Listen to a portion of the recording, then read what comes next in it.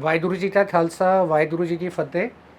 मैं Sardar Indrapreet Singh, founder global Midas capital, जो हमारा प्रोडक्शन हाउस है, इसमें मैं धन्यवाद करना चाहूँगा सारी मैनेजमेंट जो स्पोर्ट्स विंग की हैं, Raj yoga education and research foundation और उसके साथ में ब्रह्मा कुमारीज फाउंडेशन, जिन्होंने हम लोगों को 3 दिन जो उनका national conference on enhancing mind power through Raj yoga meditation, जो 19 से 23 अगस्त को मनमोहिनी कैंपस माउंट आबू में ऑर्गेनाइज करा, उसकी कवरेज के लिए और उस पर डॉक्यूमेंट्री बनाने के लिए। ये हमारा पहला एक्सपीरियंस था जब हम लोगों ने उनकी मैनेजमेंट टीम के साथ मुलाकात करी और वहाँ हम लोग गए।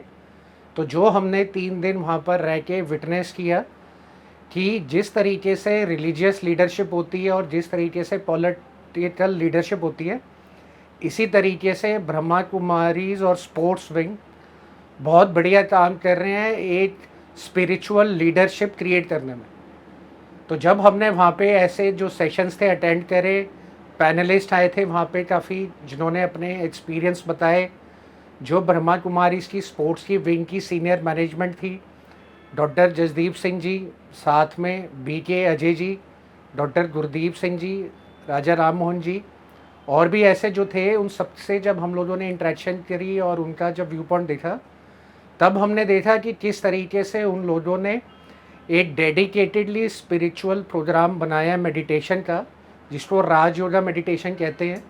और उसको अब वो स्पोर्ट्स फर्टिनिटी के अंदर जो एसोसिएशंस हैं और गवर्निंग बॉडीज़ हैं, उसके साथ में जो कोचेज़ हैं और जो प्लेयर्स हैं, उन तक ये मैसेज कन्वे करवा रहे हैं कि फ़िज़िकल स्ट्रेंथ के साथ में मेंटल स्ट्रेंथ होना बहुत ज़रूरी है। और उस मेंटल स्ट्रेंथ को बढ़ाने के लिए इस तरीके की जो मेडिटेशन और राज योगा मेडिटेशन जो उन्होंने डेवलप करी है, उससे किस तरीके से स्पोर्ट्समैन की परफॉर्मेंस स्ट्रेसफुल कंडीशंस में बढ़ सकती है। तो हमारे लिए बहुत एक नई चीज़ थी। और जब हमने इस तरीके से देखा कि एक डेडिकेटेडली स्पोर्ट्स फर्टिनिटी को इस तरीके से साथ में शामिल करके उनकी होलिस्टिक डेवलपमेंट के लिए काम करा जा रहा है, क्योंकि जब ऐसे प्लेयर्स होते हैं, जब तक उनकी परफॉर्मेंस ठीक रहती है, बट अगर उनका कोई बैड पैच आता है, ये वो आउट ऑफ परफॉर्मेंस होते हैं या वो कल को अपने एक टफ कंपटीशन में जाते हैं, तो अगर उन लोगों को इस तरीके की राज योगा मेडिटेशन थेरेपीज़ के सेशंस दिए जाएं, जो उनकी पूरी डेडिकेटेड टीम इसके अंदर सक्षम है और कई सालों से वो लोग इसको प्रैक्टिस और प्रीच कर रहे हैं, तो स्पोर्ट्समैन की एक आउटलुक और स्पोर्ट्समैन की एबिलिटी टू परफॉर्म काफ़ी अच्छी हो जाएगी। फिर हम लोगों ने वहाँ पर जो आए गए ऐसे डिस्टिंग्विश गेस्ट थे, जो आपने डॉक्यूमेंट्रीज़ में देखा, उन लोगों की भी इंटरव्यूज़ ली, अलग अलग पहलू जाने। और जो हमने देखा उसको हम लोग बड़ा प्राउडली फील करते हैं कि हमें जो स्पोर्ट्स विंग हैं, Raj yoga education and research foundation और ब्रह्मा कुमारीज की फाउंडेशन, उन्होंने हमें मौका दिया कि हम वहाँ पर आके इसको कवर करें और एक डेडिकेटेडली इंडिपेंडेंट व्यू से जो नहीं जाता था उस कंसेप्ट को उसके सामने ये लेकर आएँ। और जो ये बेहतरीन काम कर रहे हैं स्पिरिचुअल लीडरशिप को तैयार करने में, ग्रास रूट लेवल से कोचिज़ के साथ, स्पोर्ट्समैन के साथ, फेडरेशंस एंड एसोसिएशंस के साथ, उसको देश और विदेश में ज़्यादा से ज़्यादा लोगों तक पहुँचाएँ और उनको भी फिर इन संस्थाओं से जोड़ें, ताकि वो भी ऐसे अगर स्पोर्ट्स फील्ड में हैं तो उनको भी इस तरीके के राज योगा मेडिटेशन परफॉर्मेंसेस एनहांसमेंट के जो माइंड एनरिचमेंट के प्रोग्राम्स हैं उसको लेना चाहिए और अपनी परफॉर्मेंस को एनहांस करने के लिए इनके साथ जुड़ना चाहिए। वाहिगुरु जी का खालसा, वाहिगुरु जी की फ़तेह।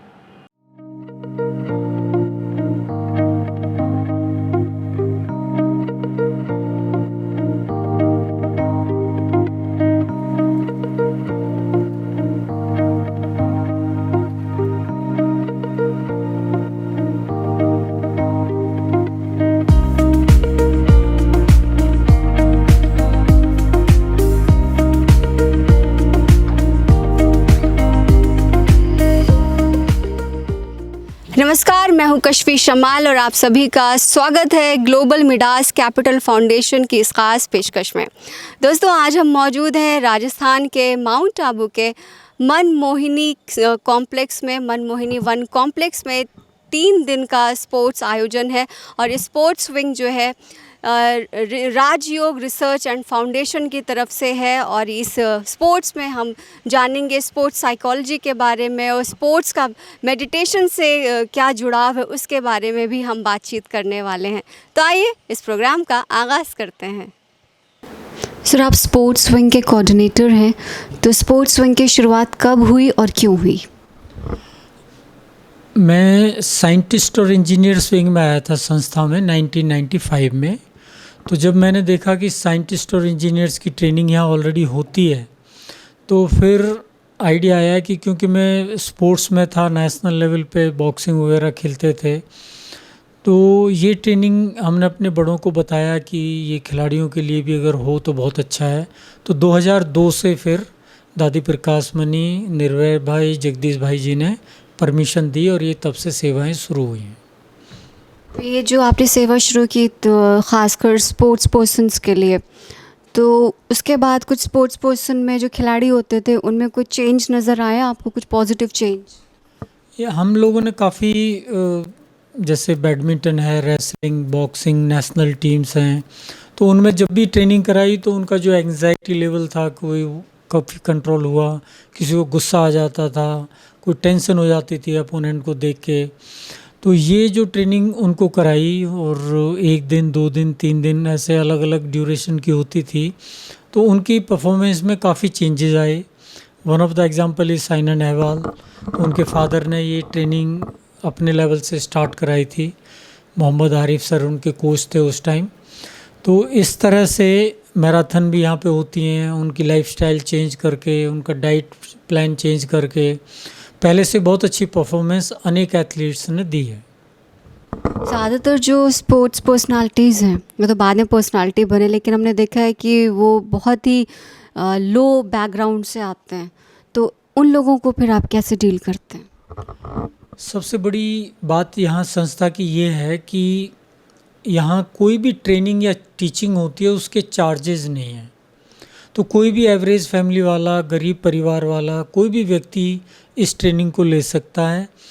और ये देखा गया है कि जो टूल्स हम बताते हैं अपनी ट्रेनिंग में, जैसे मेडिटेशन है, राजयोगा, विजुअलाइजेशन टेक्निक है, affirmation, positive affirmation, self talk, silence, तो ये सारे पांचों नेचुरल जो अमेजिंग नेचर की गिफ्ट हैं, ये सब फ्री हैं।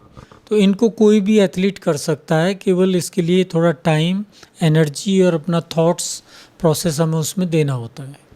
मैं चाहती हूँ कि आप हमारी ऑडियंस को भी 2-3 अफर्मेशंस बताएं।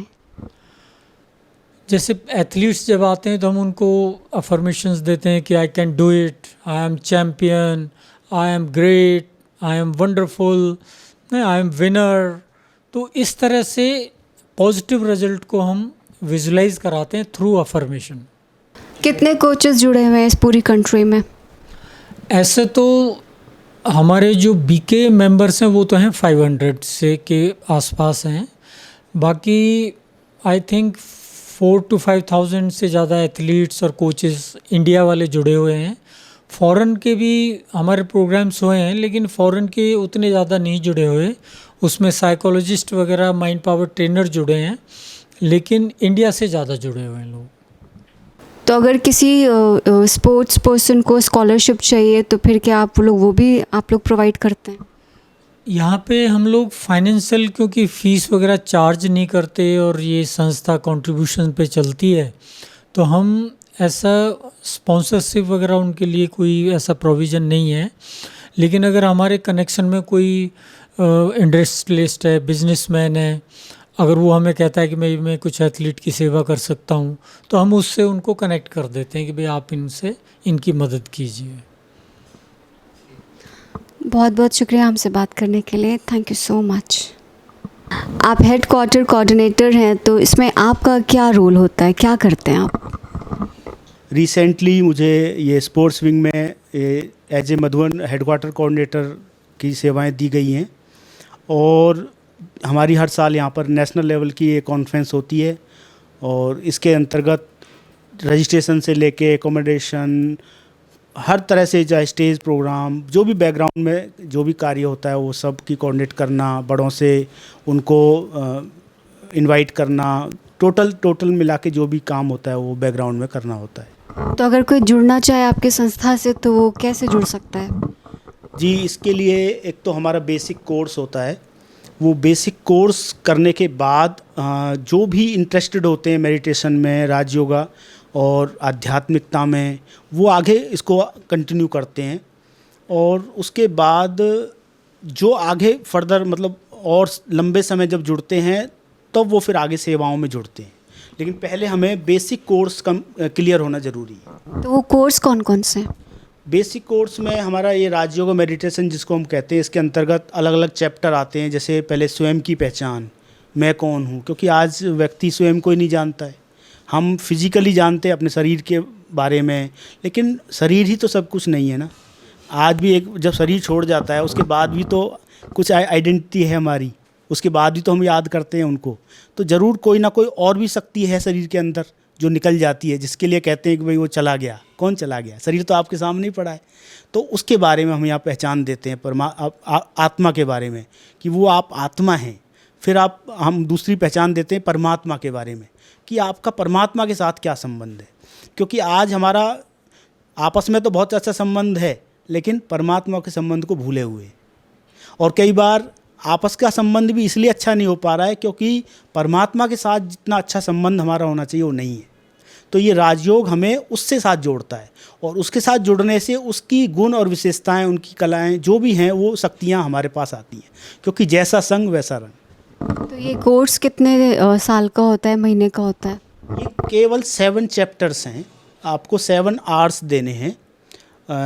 केवल 1 डे आपको आधा घंटे, पौने घंटे, 1 घंटे आप जितना दे सकें उतना जाएं आप लोकल ब्रांच पे, और उसमें ये कोर्स आप करें तो आपको ये सारी चीज़ें क्लियर हो जाती हैं। स्वयं के बारे में, परमात्मा के बारे में, कर्मों की गति क्या है, हम क्यों इस दुनिया में आए हैं, सारी चीज़ें क्लियर हो जाती हैं। तो उसके बाद फिर आप ये कंटिन्यू मेडिटेशन का ये प्रोसेस शुरू हो जाता है। दोस्तों, हमारे साथ मौजूद हैं कर्नल अरविंद झा, जो कि कर्नल के साथ साथ एक स्पोर्ट्स साइकोलॉजिस्ट भी हैं। क्या होती है स्पोर्ट्स साइकोलॉजी, आइए उनसे जानते हैं। कर्नल साहब, सबसे पहले तो आपका स्वागत है। Thank you so much ma'am. और आपसे जानना चाहूँगी, अब तक साइकोलॉजी के बारे में तो बहुत कुछ सुना, लेकिन स्पोर्ट्स साइकोलॉजी ये क्या होता है? ये मतलब this is a very technical and very uncommon term, तो इसके बारे में आप हमें बताएं। मैम, मैं आपको बताऊंगा, जो जैसे आपने साइकोलॉजी के बताया है, वो एक मन का स्थिति होता है। जो स्पोर्ट्स साइकोलॉजी से स्पेसिफिक इसलिए होता है कि खिलाड़ी जो है कभी कभी अपना जो परफॉर्मेंस है वो परफॉर्मेंस ग्राउंड पे नहीं दे पाता, या फिर वो अच्छा प्रैक्टिस में करता है और जब कंपटीशन होता है तो उसका परफॉर्मेंस उतना अच्छा नहीं आ पाता है। उसके अंदर कई चीज़ें हैं, फैक्टर्स हैं। जैसे कि उसके अंदर उसको सबसे बड़ी बात होती है, उसके अंदर एंजाइटी लेवल बहुत ज़्यादा बढ़ जाता है, कंसंट्रेशन है, और कई फैक्टर्स हैं जो कि नहीं आ पाते हैं। तो स्पोर्ट्स साइकोलॉजिस्ट के अलग अलग विधियां हैं हमारी। पहले हम करते हैं आइडेंटिफिकेशन करते हैं कि इसमें अलग हमारे पास टेस्ट होते हैं, उसको हम VTS टेस्ट होता है, हमारे पास पेन पेंसिल मेथड टेस्ट होता है। पहले हम इंटरवीन, फिर उसके बाद हम इंटरवीन, आइडेंटिफिकेशन कर लिया, फिर इंटरवीन करते हैं। इंटरवीन करने का मतलब उसको क्या चीज़ की प्रॉब्लम है उसकी बातचीत करके उसके मेरे पास टेस्ट होते हैं। एक ग्राफोलॉजी टेस्ट होता है मैडम, जिसको सिग्नेचर से आपके पता चल जाता है कि आपका क्या है, तो वो टेस्ट होता है। फिर उसके बाद कई ऐसे प्रॉब्लम्स हैं, पर्सनल प्रॉब्लम्स हैं खिलाड़ियों के, और कुछ ऑर्गेनाइजेशनल प्रॉब्लम्स होते हैं वो जो कि बाहर नहीं निकल पाता, और जब कंपटीशन का समय आता है तो उसका परफॉर्मेंस अच्छा नहीं पाता। मैं एक स्पोर्ट्स लॉयर भी हूँ, तो अगर वो उसकी कुछ प्रॉब्लम्स होती हैं इससे रिलेटेड, हम उसको सॉल्व करने की कोशिश करते हैं, और फिर हम उसके मन से ये बात को निकाल देते हैं। फिर हम करते हैं डेली का मेंटेनेंस होता है मैडम, ताकि उसका मन हर समय स्ट्रांग रहे। उसके लिए हमारे पास कई विधियाँ हैं, जैसे कि हम ब्रीदिंग एक्सरसाइजेज हम उनको बच्चों को कराते हैं। मेडिटेशन जो अभी आप जिसके बारे में बात कर रही हैं वो हम मेडिटेशन कराते हैं। और दूसरा एक सेल्फ एक्चुअलाइजेशन होता है, विजुअलाइजेशन होता है, इमेजिनेशन होती है। अलग अलग तरह की विधियां हैं जिसे जो है आदमी जो है अच्छा अपना परफॉर्मेंस करने के लिए उसको इस टाइप की हम चीज़ें करते हैं। Something related to law of attraction? No, it's not law of attraction, it is हम विजुअलाइजेशन, अफर्मेशन की बातें करते हैं। मतलब जो हम यहाँ पे विजुलाइजेशन करते हैं वो हमारे जो अगला का कंपटीशन होने वाला है उसके बारे में हम पहले एक दिन पहले देख लेते हैं कि मेरा अगर ओपोनेंट, मान लीजिए जैसे मैं आपको एग्जांपल दूं, जैसे कॉमनवेल्थ गेम्स में अभी हॉकी का मैच था, तो ऑस्ट्रेलिया स्ट्रॉन्ग टीम है, हम लोग 0-7 से उससे हार गए। तो वो जैसे कि आप एक दिन पहले ही आपको पता है कि वो स्ट्रॉन्ग टीम है, तो हम पूरा विजुलाइज कर लेते हैं पूरे मैचेस का। मन के बारे में, कि पूरे मन से मैच खेल लेते हैं। और अदर जो अच्छा एक स्पोर्ट्स साइकोलॉजिस्ट होता है वो पेन पैसन मेथड निकाल करके एक बोर्ड पे भी लगा लेता है, ओके ये प्लेयर फॉरवर्ड है, अगर आप ऐसे विधि अपनाओगे वो प्लेयर स्ट्रांग है उनका। तो अगर मैं एक प्लेयर को चेक करने के लिए एक प्लेयर है तो हम 2 प्लेयर पे स्पेस इस्तेमाल करेंगे और हम हारेंगे नहीं एक दिन पहले, जो हम अपना बेस्ट परफॉर्मेंस देंगे। तो ये जो विजुअलाइजेशन की ट्रेनिंग है वो आपको हम ये करते हैं। और जो इमेजिनेशन है, हम एक इमेजिन करते हैं सिचुएशन पे। जैसे मान लीजिए कि अगर वो खिलाड़ी है, वो उसका प्रदर्शन हम ये एक्सपेक्ट कर रहे थे उस खिलाड़ी से। अपोनेंट को जानना बहुत ज़रूरी है साइकोलॉजिस्ट के लिए। तो उसकी पद्धति को देखते हुए कि वो ऐसा कर सकता है, तो आप अपनी तजवीज़ आप अपना पहले से बना करके हम उस पर कर करके, तो बहुत ज़्यादा इससे फ़र्क पड़ता है। सबसे बढ़िया जो साइकोलॉजी जो लास्ट मोमेंट पे एथलीट से बात करता है, वो बहुत ही अहमियत की बात होती है जो उसके मन में बैठ जाती है। मैं एक जाट रेजिमेंट से रिलेटेड हूँ और आप जानते हैं कि हरियाणा के और उस तरफ के लोग ज़्यादा स्पोर्ट्स में होते हैं, तो मैं उनकी भाषा में बात कर लेता हूँ। तो जब आप किसी को किसी भाषा में बात कर लेते हैं तो उस आदमी के वो हृदय में चली जाती है। जैसे छोटा सा एग्जांपल है कि जाट में जैसे बोलते हैं ना, अभी ईब लठ गाड़ देंगे। अब इस भाषा को आप कैसे भी इंग्लिश में बोलें वो फीलिंग नहीं आ पाएगी। तो बोला भाई चौधरी एक बार तो लठ गाड़ देनी है, तो वो उसके मन में सीधे डायरेक्ट जाता है और उसके अंदर एक अलग सी करंट पैदा होती है और उससे वो कर लेता है। एक तो दूसरा एक और चीज़ जो स्पोर्ट्स साइकोलॉजी ध्यान देता है, ये खाने की पद्धति। सपोज़ आप मान लीजिए नॉर्थ से हैं तो उनको अलग टाइप का खाना पसंद होता है, जो साउथ इंडियन है उसको ज़्यादा पसंद होता है। तो जैसे अभी जो कोई साउथ इंडियन हमारा एथलीट है तो वो क्या, जैसे उसको खाने के मतलब पहले जो भी खाना खा रहा है उसको थोड़ा सा आपने इडली डोसा टाइप का कोई आइटम दे दिया, कोई रसम टाइप की दे दी, तो एक ना एक इमोशनल सेटिस्फैक्शन मिलता है खाने से, उसका परफॉर्मेंस जो है और भी आप बढ़ता है। तीसरा सबसे इंपॉर्टेंट रहता है वो किससे बात कर रहा है कंपटीशन के पहले। कई बार क्या होता है वो परिवारजनों से बात किया, वहाँ के गांव को क्या पता है, वो हो सकता है उनको कुछ ऐसी नेगेटिव बात बोलते हैं कि फ़लाना बीमार पड़ गए या फ़लाना, उससे क्या उसके मन पे असर पड़ सकता है। तो हम इस बात का ध्यान रखते हैं कि कंपटीशन के पहले उससे जो भी बात करे, उसकी फैमिली करे, वाइफ करे या गर्लफ्रेंड करे, तो वो पॉजिटिव टाइप की बातें हों, एनकरेजिंग बात हो, मोटिवेशनल बात हो। कोशिश करते हैं कि कम से कम वो करें। और लास्ट बट लेस्ट होता है कि स्लीप मैनेजमेंट। मैम एक स्पोर्ट्स साइकोलॉजिस्ट जो है वो स्लीप का पैटर्न देखते हुए, नहीं अगर 10 बजे उसने मोबाइल छोड़नी है ताकि उसको 7 से 8 घंटा प्रैक्टिस करने के लिए चाहिए, तो हम लोग इन सब चीज़ों का करते हैं। स्पोर्ट्स साइकोलॉजी का मतलब सिर्फ मन से नहीं होता है, आपको मैंने 3-4 चीज़ें बताई, एक स्पोर्ट्स साइकोलॉजिस्ट करता है। Thank you so much sir, thank you so much. दोस्तों अब हम बात करने वाले एडवोकेट राजा राम से, जो कि इन्होंने एक मुहिम छेड़ी हुई है खेलो इंडिया और इसका आगाज़ किया है महाराष्ट्र से। तो आइए जानते हैं कि इस खेलो इंडिया मुहिम का मकसद क्या है और उन्होंने क्या सोच करके शुरू किया, और इसके अलावा भी वो यंगस्टर्स को प्रमोट करने के लिए काफ़ी उनके लिए काम करते रहते हैं, ताकि जो हमारी जो आने वाली जनरेशन, जो यंग बच्चे हैं, और वो अपने आप को स्पोर्ट्स की दुनिया में आगे ले जा सकें। और बहुत तरह के इन्वॉल्वमेंट हो जाते हैं, जैसे कि वो नशे की उन्हें आदत हो जाती, ड्रग्स लेना शुरू कर देते हैं। तो उन यंगस्टर्स को उन्होंने कैसे बचाया, इस पे भी हम बातचीत करते हैं। सबसे पहले तो आपका स्वागत है। और अभी जिस मुहिम के बारे में हमने अभी बात की आपसे, आप हमें बता रहे थे खेलो महाराष्ट्र, खेलो इंडिया, वो मुहिम क्या है? ये मुहिम मैंने खेलो इंडिया मोमेंट फॉर पीस इस नाम से मैंने शुरू की है। और इंडिया को अभी 75 साल हुए हैं आज़ादी के, तो ये अमृत महोत्सव के टाइम पे मैंने महाराष्ट्र से इस मुहिम को शुरुआत की है। इस मुहिम का मेन मकसद है, जैसे वर्ल्ड हेल्थ ऑर्गेनाइजेशन और नेशनल क्राइम ब्यूरो का एक रिपोर्ट है जिसमें मानसिक आरोग्य और क्राइम दोनों को मिला के बहुत सारी चीज़ें इंडिया में और महाराष्ट्र में हो रही है। बहुत सारे बच्चे इसमें इन्वॉल्व है और बहुत सारे बच्चों को स्पोर्ट्स तो पता है, लेकिन उनके साथ जुड़े हुए अदर एक्टिविटीज़ रहती है। मतलब स्पोर्ट्स के साथ स्पोर्ट्स साइंस जैसे रहता है, फिर कभी ड्रग्स लिया जाता है, कभी सप्लीमेंट लिया जाता है, उससे बहुत सारे तकलीफ़ें उन्हें बाद में झेलनी पड़ती है। इसलिए स्पोर्ट्स अच्छे से खेले, पीसफुली खेले, इस माध्यम से उन्हें कोई ड्रग्स ना ले, नहीं तो कोई ऐसी सप्लीमेंट्स ना ले जिनसे उनकी बॉडी ख़राब हो। इसलिए मैंने स्पोर्ट्स के साथ जो लॉ है, जैसे मेंटल हेल्थ एक्ट है हमारा, पॉस्को कायदा है, साइबर लॉज है, जिसमें बहुत सारी ऐसी चीज़ें हैं जिसमें ये यंग जनरेशन फंस जाती है, ट्रैप होती है, और फिर इन फ्यूचर टाइम उन्हें उस चीज़ों का पछतावा होता है और उनका करियर भी ख़राब हो जाता है। इसलिए कोई भी खेल से जुड़े रहना बहुत ही अच्छा रहता है। और खेल के साथ स्पोर्ट्स साइंस भी बहुत ज़रूरी है, जैसे न्यूट्रिशन है, स्पोर्ट्स साइकोलॉजी है, फिर फिजियोथेरेपी है, इन स्ट्रेंथ एंड कंडीशनिंग है। ये सिर्फ सपोर्ट से हम अच्छे प्लेयर्स बना सकते हैं। और बहुत सारे लोग इस नोबल कॉज के लिए मेरे साथ जुड़े हुए भी है, और मुझे यही आशा है कि ये मेरा कॉज, नोबल कॉज, इंडिया के हर एक पार्ट तक पहुँचे और नेक्स्ट जनरेशन इंडिया के लिए खेले और बहुत सारे मेडल्स और खुद के लिए प्राउड फील करे और अपने पेरेंट्स के लिए प्राउड फील करे। थैंक यू सो मच हमसे बात करने। हाय Laura, tell me about your association with Brahma Kumaris. My association with Brahma Kumaris, I came to spiritual knowledge 17 years ago. So I was associated from my country, Spain, and the foundation is in India. So like gradually I've been shifting and spending more time in India. Yes. So are you associated to sports also? Yes, I like sports a lot. Actually, it's a wing that I identify myself more together with the media wing. And I'm not very active, like in the sense of with the sports wing activities officially. But lately I am connecting with them, so I'm lucky they called me today to come. So I came running. So your specialization was in running, no? Well, I like running. It's my hobby. I run every day. Like, but I'm not any professional runner or anything. I just like jogging while doing yoga. How Brahma Kumaris has helped you in transforming yourself and identifying your true self? Well, I think we're not changed by Brahma Kumaris, we're changed by God.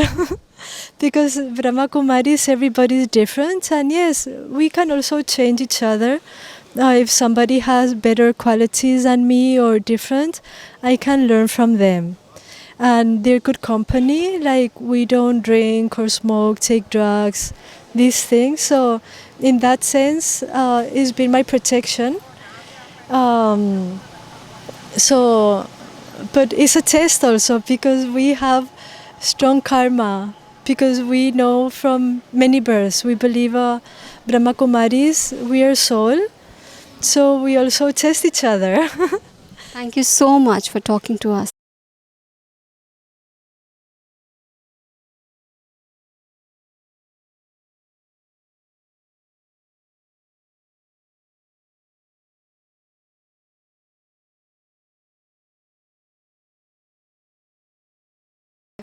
दोस्तों अब हम आ चुके हैं global auditorium में, जहां पर ये sports conference चल रही है, जिसका टॉपिक है एनहांसिंग माइंड पावर थ्रू राजयोग मेडिटेशन। दोस्तों, मेडिटेशन हमारी ज़िंदगी का एक बहुत ही अहम हिस्सा है, जो कि हमारे मन मस्तिष्क को शांति देता है।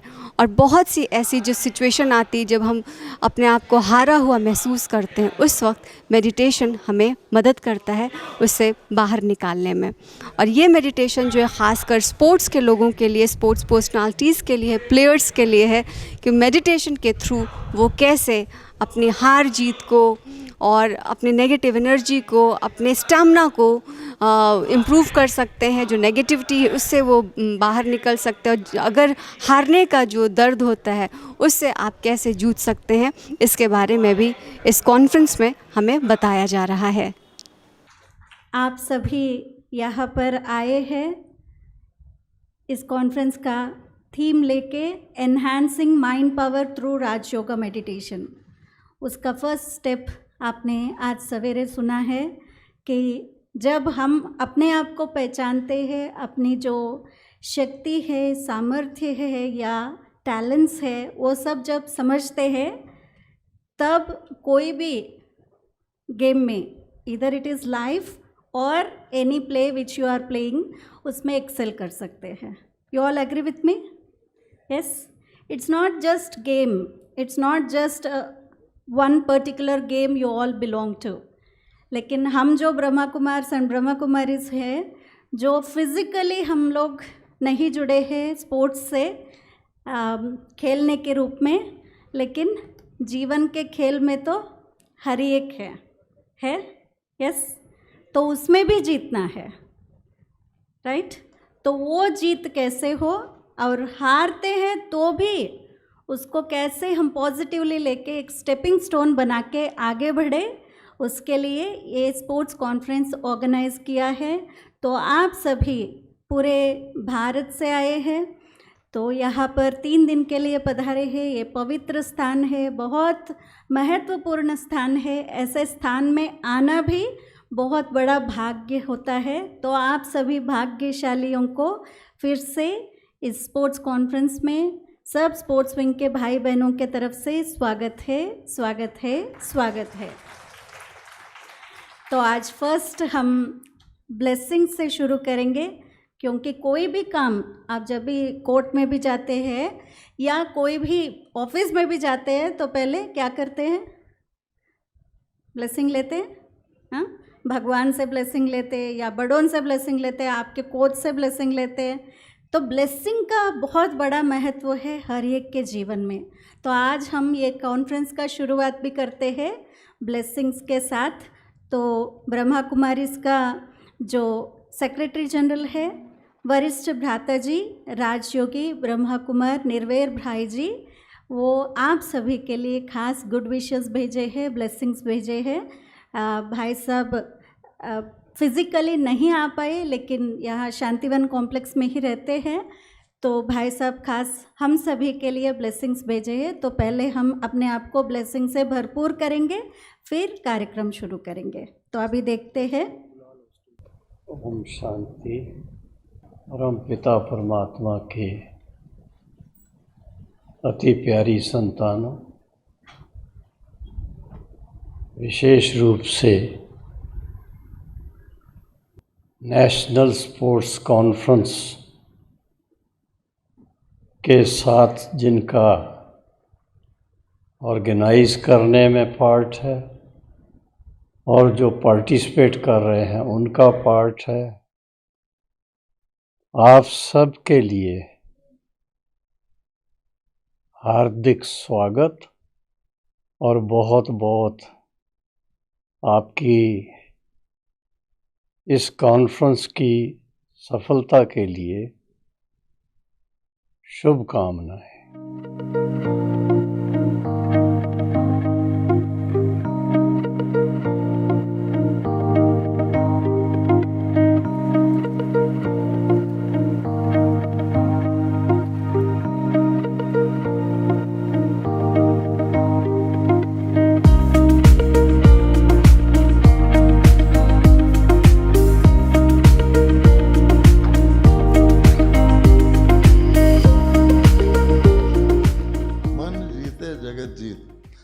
केवल ये जो राजयोगा है ये आपको और कुछ नहीं सिखाता, आपके मन में इतनी शक्ति है, उस शक्ति को हमने बिखेरा हुआ है, टुकड़े टुकड़े किया हुआ है, दिल के टुकड़े हजार हुए, कोई यहाँ गिरा कोई वहाँ गिरा। अगर हम उसको इकट्ठा कर लें, स्कूल में हम देखते थे कि सूरज और एक लेंस से सुखाते थे, कागज़ पे आग लग जाती। अब बताओ कहाँ सूरज, ये आग कैसे लग गई? अगर एक लेंस सूरज को कर सकता है कंसंट्रेट, हम नहीं कर सकते। तो आपका मन कंसंट्रेटेड होगा, आपका मन ना पीछे का सोचे ना फालतू सोचेगा। जैसे कहा गया कि मछली की आंख देख रहा हूँ, आप सदा विजयी रहेंगे। और देवता सदा ही विजयी थे। एक होता है टेम्परेरी विजय, आजकल तो हर चीज़ टेम्परेरी है, अभी विजय अभी हार, लेकिन परमानेंट विजय चैंपियन की होती है, वो सदा ही चैंपियन रहता है। आजकल के तो चैंपियन भी बदल जाते हैं। आप देखते होंगे कि स्पोर्ट्स में जो टीम हारती है वो भी गले मिलती है और पूरा भेद मिल के हर टीमें एक साथ एंजॉय करती हैं, गेम्स विलेज में रहती हैं, जीवन में रहती हैं। यही जीवन का आत्मसात है। और भोले शंकर भोले बाबा यही कहते हैं कि उनके सभी गण हैं, किसी में भेदभाव नहीं करते। ठीक उसी तरह मेरी चर्चा हुई तो ब्रह्म कुमारी जी के बारे में, जब मेरा अभी ज्ञान सूक्ष्म है, लेकिन जब मैंने देखा तो उसी को पाया, उसी आदर्श को पाया, उसी रूप को पाया। और मैं अपने आप को कितना सौभाग्यशाली मानूं कि बचपन से मेरे पिता माता ने 4 बहन का एक्सपायर हो गई, 2 भाई एक्सपायर हो गए, फिर 4 बहनें हुई, फिर मेरा जन्म हुआ और नाम रखा आनंदेश्वर। आज उनकी कृपा से 69 साल की उम्र में मुझे ऐसे महान भक्तियों का आशीर्वाद और स्नेह प्राप्त हुआ, मेरा जीवन धन्य हो गया। शायद मैं ना आता तो जिंदगी भर इस अलौकिक क्षण की प्राप्ति के लिए पछताता रहता। इसके लिए मैं भाई जगबीर सिंह, इसके जो सूत्रधार हैं, मानक हैं बने, इनको बहुत बहुत साधुवाद देता हूँ। हर चीज़ों के बारे में आपको बहुत सी बातें मिल जाएंगी, पढ़ लिख लेंगे, स्पोर्ट्स की बात फिर करेंगे। लेकिन मैं सिर्फ ये कहता हूँ कि अपने मन को जागृत करो, और जब तक आपका मन के अंदर जागृत रहेगी, एनर्जी रहेगी, सदैव युवा बने रहोगे। स्थूल काया तो आनी जानी है, ये छोड़ेगी दूसरी जाएगी, दूसरी जाएगी, तीसरी आएगी, पता नहीं आज होगा अनंत होगा। आपका मन अगर मजबूत है, मन प्रसन्न है, तो आपसे संपन्न व्यक्ति कोई नहीं है। 66 में एक कहावत, अंग्रेजी की एक पोयम थी, एक बेगर बेटर देन किंग। भिखारी 2 पैसा पाता है, आप जाओ फुटपाथ पर निश्चिंत होकर सो जाता है, उसको खूब अच्छी नींद आती है। राजा सारी सल्तनत है, रात भर करवट बदलता रहता है, उसको नींद नहीं आती है। अभी हम लोग बर्लिंगम में बुरनई के शाह हमारे साथ था, हम लोग देख रहे थे तो बात हो रही थी, उसके साथ पूरा एम्पायर है। कभी वो विश्व का सबसे धनी आदमी, छोटा सा टापू धनी आदमी कहलाता था। आज वो ओलंपिक में पैसा लगाने लगा, अपने देश का आया था। देखिए चेहरा बड़ा, बोली निकल नहीं पाती है, उसकी आवाज़ नहीं निकल पाती है, सारा दिन बेकार है। तो ऐसे कर्म करो कि आपके अंदर ऐसी ऊर्जा हो। और आपकी ऊर्जा कौन देता है? आपको, जैसे बहन ने कहा कि आपका मन ऊर्जा से भरपूर होता है, तो जितनी लोगों की सेवा करोगे उनकी दुआएं आपको मन को चार्ज करेगी। जैसे पुराने ज़माने में राक्षस क्या करते थे कि ऋषियों मुनियों के हवन कुंड को जला देते थे, तहस नहस कर देते थे। क्यों? वो कहते थे कि ऋषि मुनि जो हवन करते हैं, उसके जो हवन की ऊर्जा होती है, उस ऊर्जा से देवता सशक्त होते हैं। तो जब ऊर्जा उनको मिलेगी नहीं तो आसक्त होंगे, तो हम उनको हरा देंगे। उसी तरह आप जो परमार्थ करते हो, लोगों की सेवा करते हो, उससे जो आपके मन के अंदर ऊर्जा उत्पन्न होगी, वही आपके काम आएगी, वही आपके जीवन को लक्ष्य की प्राप्ति के माध्यम बनेगी। हमेशा कर्म करते हुए सोचो कि जो कर्म हम अपने स्वार्थ के लिए कर रहे हैं, कि वो दूसरों के लिए कहीं दुखदाई ना हो। और जिस समय आप समझ लोगे कि अगर ये कर्म मेरे लिए दुखदाई है तो दूसरों के लिए भी दुखदाई होगा, ये सोच के जो कर्म करोगे निश्चित ही उसको फल प्राप्त करोगे। एक बार पुनः, बहुत लंबा भाषण मुझे आता नहीं है, खिलाड़ी आदमी रहा हूँ, खेलकूद से जुड़ा रहा हूँ, अपनी भावनाओं को यहीं समाप्त करता हूँ। बस इसी निवेदन के साथ, भाई जगवीर जी, जब भी आपको मुझे आवश्यकता होगी आप मुझे बुलाएंगे, अगर इस संस्थान के साथ जुड़ के मैं कुछ स्पोर्ट्स के लिए कर सकूं। और हाँ, मैं अभी इंडियन ओलंपिक एसोसिएशन की जब मीटिंग होगी और जितने हमारे स्टेट ओलंपिक के साथी हैं, सभी हमारे जूनियर खिलूग हैं, हम कोशिश करेंगे कि आपके यहाँ किसी न किसी रूप से उनको जोड़ने की कोशिश करें। जहाँ तक अंतर्राष्ट्रीय, राष्ट्रीय और स्टेट में समझूंगा मेरा जीवन सफल हुआ। धन्यवाद। ओम शांति, ओम शांति। सभी भाइयों बहनों को मेरा विनम्र प्रणाम।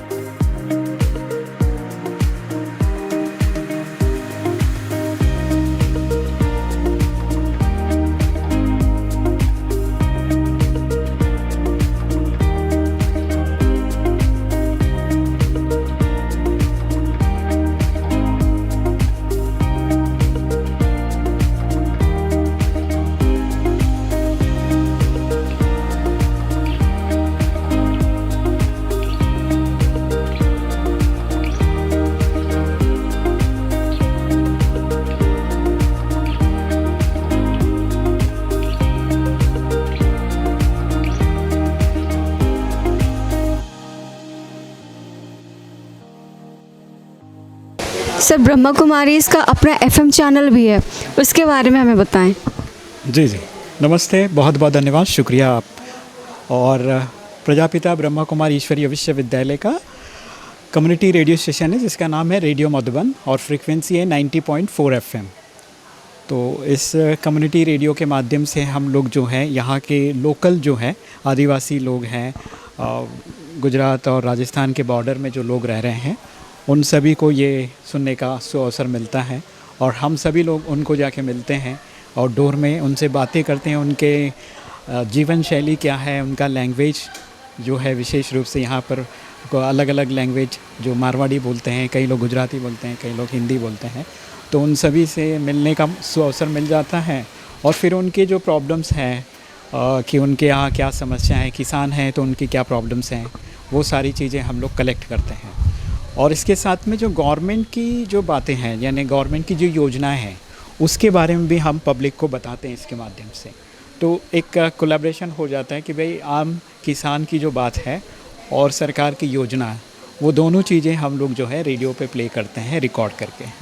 सर आपने बताया कि आप रेडियो के थ्रू लोगों से जुड़ते हैं और उनकी समस्याओं को सुनते हैं, तो अब तक कितने लोगों की समस्याओं को आप सॉल्व कर चुके हैं, समाधान मिला है उन्हें? वैसे क्वांटिटी तो नहीं बता सकते हैं, लेकिन बहुत सारे किसानों को, जैसे ऑर्गेनिक फार्मिंग के बारे में हमने बताया, आजकल जो नई टेक्नोलॉजी आ रहा है, यूरिया जो है एक छोटे बॉटल में लिक्विड फॉर्म में आ रहा है, इन सारी चीज़ों के बारे में हम लोग जानकारी देते हैं। और कई किसान ऐसे जो पूरी जानकारी लेते हैं तो उसके बाद उनका कॉल आता है कि हमने इन चीज़ों का काम किया है। और जैसे हम लोग यूथ के लिए करियर ऑप्शन एक प्रोग्राम चलाते हैं, तो करियर के बारे में अलग अलग लोगों को, एक्सपर्ट्स को बुलाते हैं, उनके साथ बातचीत करते हैं। तो बहुत सारे युवा सुनकर प्रोग्राम जो है अपने करियर को फ्रेम करते हैं। इवन जो हॉस्टल में रहने वाला लड़के का एक बार फ़ोन आया था कि आपने जिस तरह से टॉक किया, करियर के बारे में बताया, हमें बहुत अच्छा लगा और मुझे एक दिशा मिली। मैं कंफ्यूज था कि मुझे क्या करना है, लेकिन आपका शो सुनने के बाद मुझे ये स्पष्ट हो गया कि मुझे आगे क्या करना है। तो इस तरह से उनका जो है विचारों में एक बहुत बड़ा बदलाव आता है। और तीसरा जो हम लोग बेनिफिट वाली बहुत अच्छी जो मुझे अच्छा लगा वो है कि रेडियो सुनकर लोग नशा मुक्त हो रहे हैं। तो क्योंकि हमारा रेडियो चैनल जो है वो पॉजिटिव इन्फॉर्मेशन लोगों को देता है। सुबह 6 बजे से लेकर रात 10 बजे तक प्रोग्राम चलते हैं अलग अलग, और उसमें सारे पॉजिटिव मैसेज ही हमारा कोट करते हैं हम लोग, अच्छी बातें उनको सुनाते हैं, अच्छा मनोरंजन भी करते हैं। तो जो भी व्यक्ति उससे जुड़ जाता है तो एक बार सुनता है तो सुनते रहता है। और फिर काफ़ी लोगों का एक्सपीरियंस ऐसा है कि बहुत सारे लोग बीड़ी पीते थे, यहाँ वो छोड़ दिया है, शराब पीना छोड़ दिया है। कई लोग ज़्यादा चाय पीते थे, हैवी चाय, मना कंटिन्यू चाय जितनी बार भी पिलाओ पीते रहेंगे वो, उन लोगों ने भी अपने आप को कंट्रोल करके 1 या 2 बार चाय पी रहे हैं अभी। आपके यहाँ पे कितने रेडियो जॉकीज़ हैं, और मतलब यहाँ पर क्या वैकेंसी आती है? नहीं, हमारे यहाँ जो हमारे संस्था से जुड़े हुए लोग हैं वही लोग यहाँ पर हम उनको ट्रेनिंग भी देते हैं और वो फिर हम लोग के प्रोग्राम में जुड़ जाते हैं, एज ए वॉलंटियर सेवा करते हैं। किस किस टाइप के प्रोग्राम्स हैं आपके? जैसे अलग अलग सेक्टर में सवेरे मॉर्निंग शो है, वो सभी को जो है भक्तिमय बना देता है। और पॉजिटिव थॉट्स के लिए एक प्रोग्राम है सुप्रभात। उसके बाद नई किरण करके प्रोग्राम है जिसमें हम लोग पूरा उस दिन की जो इन्फॉर्मेशन है, फेस्टिवल है या कोई सेलिब्रेशन है, उसके बारे में बताते हैं। फिर उसके बाद आशियाना एक प्रोग्राम चलता है जो महिलाओं को टारगेट करके बनाया गया है प्रोग्राम। जो महिलाएं हैं किचन, उनका जो है रेसिपी कैसे होना चाहिए, क्या होना चाहिए, उसके बारे में बताते हैं। उनके घरेलू समस्याएं क्या है उसके ऊपर बात होती हैं। What made you to connect with Brahma Kumaris? It happened in 2016 when I was working with Sports Authority of India. I am still working with them, but I was designated to attend a conference, a similar conference, with the Brahma Kumaris. That conference was held in their other campus, Gyan Sarovar. That was also on meditation and Raj Yoga and how you can improve your sports performance using Raj Yoga. So that was my first contact that I established with Brahma Kumaris.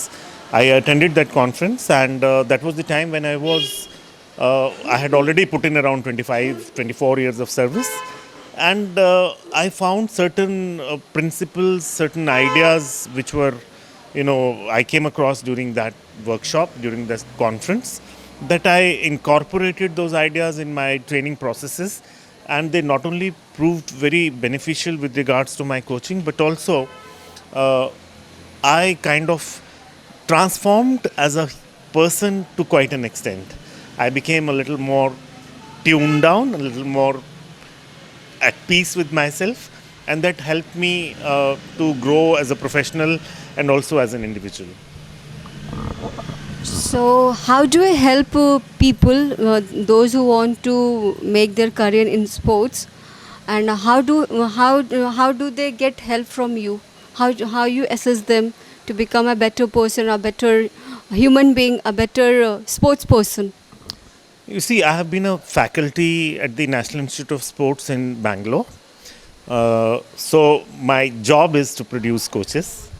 But my focus, especially after I came in contact with the Brahma Kumaris, has been, you see, it is very difficult to produce champions. Suppose you have a group of players who come to you for training, and very few of them would reach to the top.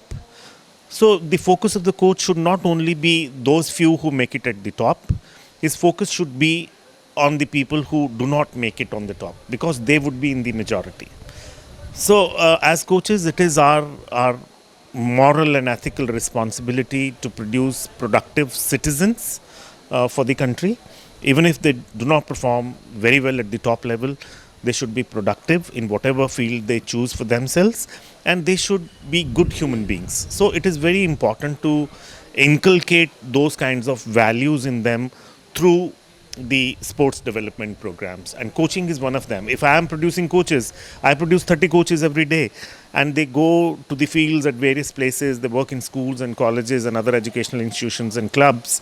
They come across with young children who are in highly impressionable age, and they try to copy them, they try to imitate them in whatever little things they do. So it is very important for coaches to be role models. And conferences like these, they really help you to reassess yourself, reassess your journey, reassess whatever you have been doing all these years. And it is a kind of a test and measure kind of a thing, that you come across, you evaluate yourself, and then you make requisite changes and become better people, better coaches, better human beings. Other than your association to Brahma Kumaris, what else you do? I told you, I work with Sports Authority of India, and I have been a basketball coach through and through. I was coach of the Indian national team for around 5 years. I coached the senior men team, I coached the junior men team, the youth men team. I have coached several teams from the armed forces, from the universities, and now I am into administration and teaching. I am a faculty, as I told you, in the National Institute of Sports, and I also am the joint administrator of Indira Gandhi Stadium at Delhi. Thank you so much, sir, for talking to us. So tell me about your journey. My journey started from a primary school when I was identified by my coach that I am a talented player. I should get my admission from my school to a specialized school who they were offering specialized coaching to the talented players. On the basis of that training, I represented Punjab in National Hockey Championship. From journey started, then I joined Mahindra College Patiala in sports wing, and from there I was selected for Indian University, and then I joined my physical college, mastered it, then MPhil, then doctorate in education from Jamia Millia, then D.Lit from University of Rajasthan, and a specialized coaching course from NIS Patiala. Finally, from Springfield College of Physical Education, America. This was my educational journey, and this education supported me to identify the talent and train the talent and testing the talent in national championship. This was my schooling. How did you know about Brahma Kumari? I mean, how are you associated to it? Dr. Jagbir Singh, I met him in Delhi, and late Shri Milkha Singh ji was also there, So he came to Delhi to receive Milkha Singh ji to bring him there. And when he saw my biodata and he interacted with me, at that time I was working as a secretary All India University Sports Board, and I recently came from World University Games. So he gave me also an invitation that you also go with us. And first time I attended their program. I liked their work culture. I liked their commitment and their way of working and behaving with the people. They teach us how to adjust with the changing times for the sake and for the benefit of the country. This is what they are teaching. This is missing in schools, colleges and universities. We go for formal education. They are giving us the spiritual education. If we combine formal education and spiritual education, I think we can be good human beings. We can serve our nation and world in a better way. So what's the future of sports in India? There is a bright future of sports in India, provided we are identifying that there are triple T theory. First T deals with talent, second training, third is a target setting. If we identify the talent from the remote and rural areas on a wider scale, from a quantity, the quantity will produce the quality. And the scientific training is provided to our talented players, and they are given a exposure, global exposure before participating in Olympics. Now Government of India has taken up the pursuit of excellence in sports very seriously. So we have a lot of talent, but we need to design scientific and professional training under the close and careful observation of specialized coaches. And we can bring coaches from foreign country and get interaction with our coaches, and I hope that will be the finest combination. Indian ethos, if combined with foreign technicalities, I do hope that we can achieve the target. Thank you so much, sir. Thanks a lot.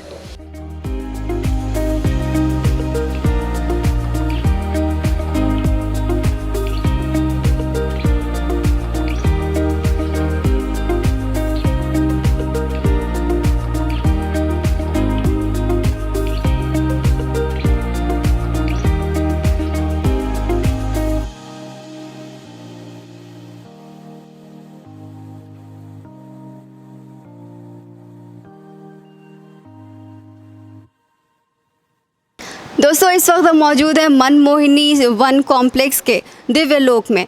Divya लोक के अलावा यहाँ पर और भी लोक हैं, जैसे कि त्रिलोक, ब्रह्मलोक और वैकुंठ।